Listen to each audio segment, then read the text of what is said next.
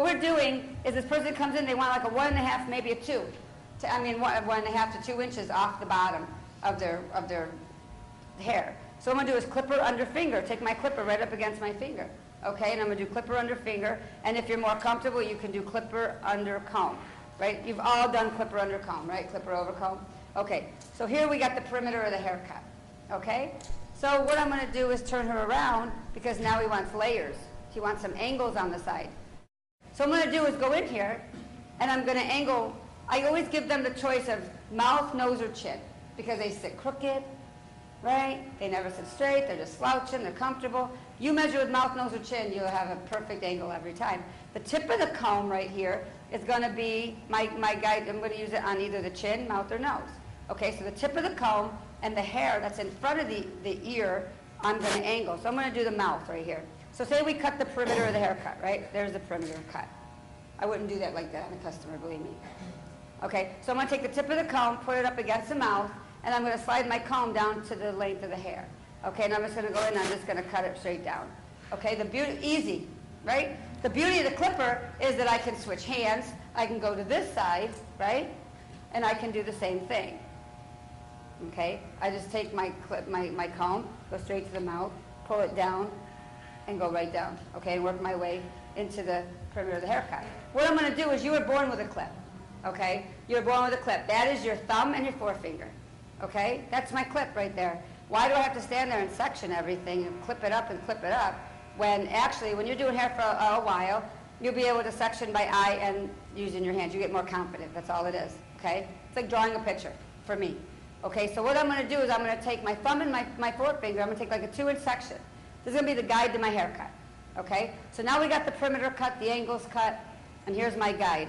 As you notice, I got my clipper and my comb in the same hand. My comb, the best comb in the world is your hand, definitely, right?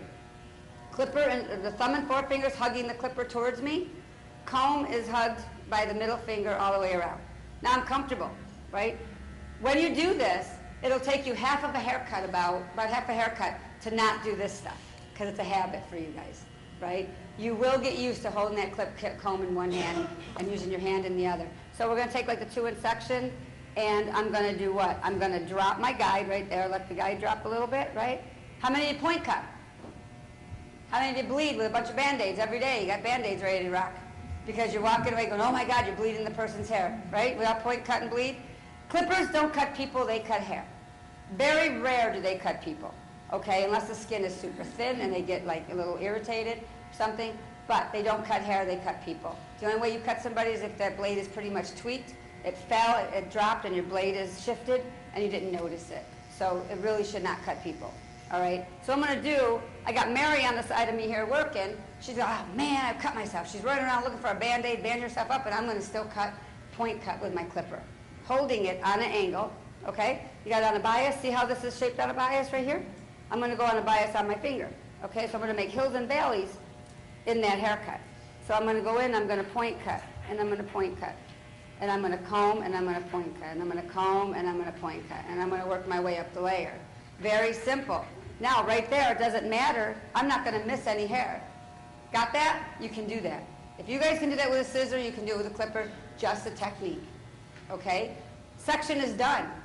I don't want to do this stuff going through their thick hair. You know, if you cut blunt, you're going to have lines. Then you got to go in and get them out. If someone had hair out to here and they want it this length, yes, I will cut some off, right? I will drag it, then I will point cut it. That way I've already textured those ends and I've cut it and it's done. So now I'm going to go in, take the neck section, finger in the guide, thumb in the neck section, pick the hair up, okay? Go in and point cut. Say we got the other side done. And we got to do these bangs up here. We're going to balance the haircut, okay? So we're going to work, I leave the bangs out because we might give him some bangs if you guys want to tell me what to do with his bangs, up to you. You guys can help.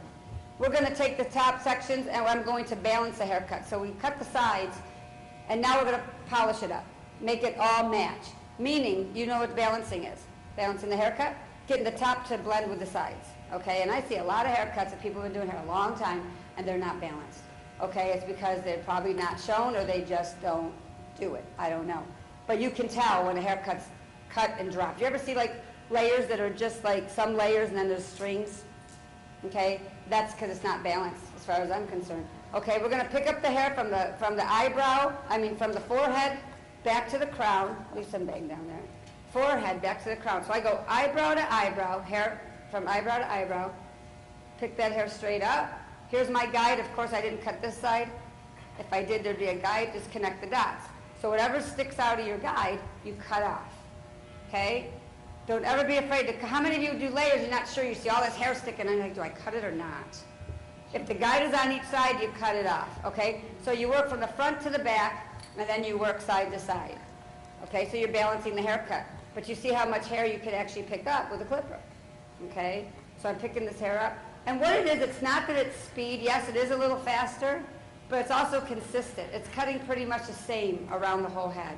Now they decide they want some bangs. If this was a child, actually a lot of times I do it on people too, I'll use my trimmers for the bangs.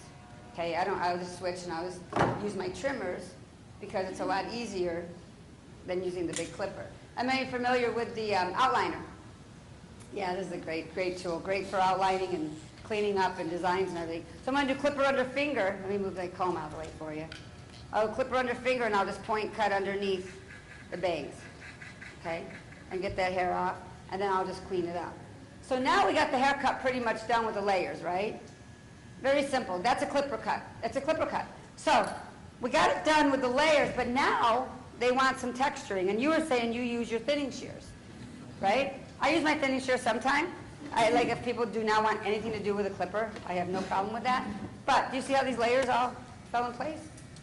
Right? These mannequins have nice hair now, because when I went to school, they were half bald. We had horrible mannequins. You guys got nice mannequins now. Okay, so now they want some texture. How am I going to texture it with my clipper?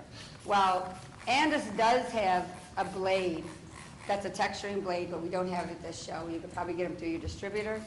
So I'm going to show you an alternative of using your clipper and your number 8 guard. You ever wonder why they make a number 8 guard? They come from number 1 to number 8, right? You wonder why? Some people do want an 8, some want a 5, some, right? 8 and a 5. So you don't really need a number 8. But we figured out a reason. Here's what's really fun. You close the blade. This is going to become my texture, and that's going to become my thinning shear. Okay? I'm going to take the number 8, and since the envy opens to a 1, I just made myself a number 9, right? Okay. So what we're going to do is go in, and I'm going to go back to where I originally started to my guide. I'm going to comb, roll, and drop. Okay? I'm going to comb it, roll it, drop it.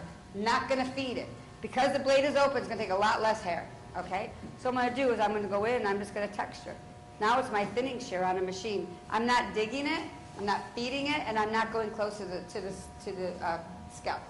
Okay? If they want a little bit of texture in here, how many times do you got people that come in with the long hair and they want the bump, the snooky wookie bump? Right? That bump. That's been around forever before that girl ever wore it. But, right? And you don't know what to do. You either texture it or what? It's like, because they don't want the hair cut. So, you're going to take a little smile line. You're going to make the crown smile at you. Okay, you're going to comb that hair straight up. I'm going to go in, and I'm just going to give it a little bit of just a little bit. I'm going to cut out, take a little bit of hair out. I'm going to texture it. That hair falls down, that blow dries, you got that textured under there. Very simple. Just don't feed it.